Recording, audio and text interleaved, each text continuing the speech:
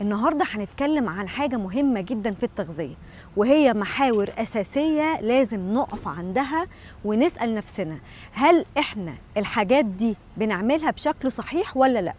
أول حاجة وهي حاجة بديهية جدا، اختيار الأكل الصحي.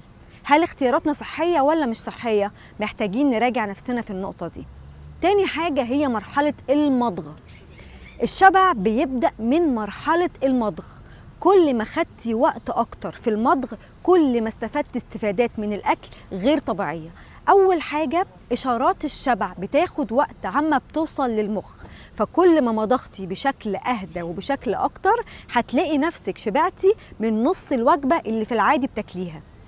تاني حاجة وأهم حاجة، المضغ الكويس بيترتب عليه هضم كويس وامتصاص كويس واستفادة أكتر من الأكل.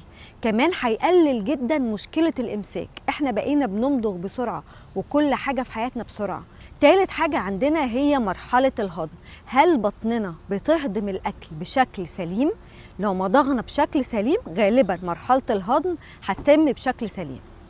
رابع مرحلة هي مرحلة الامتصاص، ودي اللي بتحصل في الأمعاء، ودي مرحلة كتير من الناس مش عارفها. بصوا يا جماعة، الأكل لما بيتهضم بنبص على حاجتين أساسيتين في الأكل، الماكروز والمايكروز. الماكروز غالبا كلنا ما عندناش مشكلة فيها، زي هضم البروتينات وهضم النشويات وهضم الدهون. المشكلة الكبيرة عندنا بتكون في هضم المايكروز اللي هي المعادن والفيتامينات، دي اللي أغلب الناس بيكون عندهم مشكلة فيها وبنروح نعوضها بسبلمنتس خارجية، برغم ان احنا ممكن قبل ما نجري للسبلمنتس الخارجية نحل المشكلة اللي بتتسبب ان جسمنا مش قادر يمتص الفيتامينات والمعادن بشكل كويس. غالبا بتكون المشكلة دي ان احنا بناخد تركيبات مع بعض ما ينفعش ناخدها، او العكس ان احنا المفروض مثلا علشان فيتامين د يمتص كويس في جسمنا لازم ناخد معاه حاجة فيها دهون، عشان فيتامين د بيمتص في وسط دهني. وخدوا على سبيل المثال حاجات كتيرة في الجزئية دي هنتطرق ليها بعدين. آخر مرحلة عندنا وهي مرحلة خطيرة جدا ومهمة جدا في حياتنا هي مرحلة الإخراج. هل بيتم عملية الإخراج في جسمنا بشكل سليم؟ هل بنحس بالإفراغ التام بعد ما بنعمل تويلت؟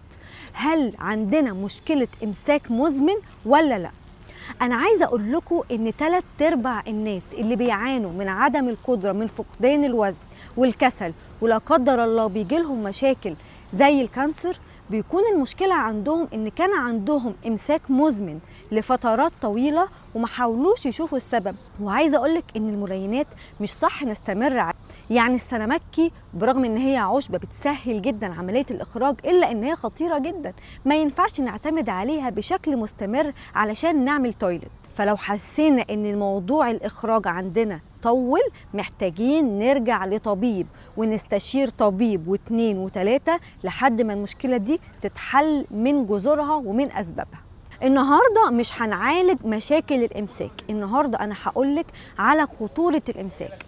مشكلة الإمساك المزمن إن هي بتقلل جدا الحرق وبتقلل امتصاص الجسم للفيتامينات والمعادن. كمان بتسبب مشكلة شهيرة جدا وهي ارتشاح الأمعاء. طول ما الإخراج ده موجود في الأمعاء بيسبب إن الطبقة بتاعة الأمعاء بترق جدا ويبدأ يحصل ارتشاح للأمعاء، ودي بيترتب عليها أمراض كتيرة جدا. فمحتاجين لو عندنا مشكلة في الأمعاء نروح لدكتور ونحلها فورا. ده هيأثر على نشاطك، هيأثر على حرقك، هيأثر على بشرتك، هيأثر على صحة أعضائنا من أي أمراض خبيثة لا قدر الله. بالعقل كده الإخراج ده هو عبارة عن سموم، طول ما السموم دي فضلت في الجسم مدة أطول طول ما تسببت للجسم في أمراض خطيرة، وربنا يعافينا جميعا.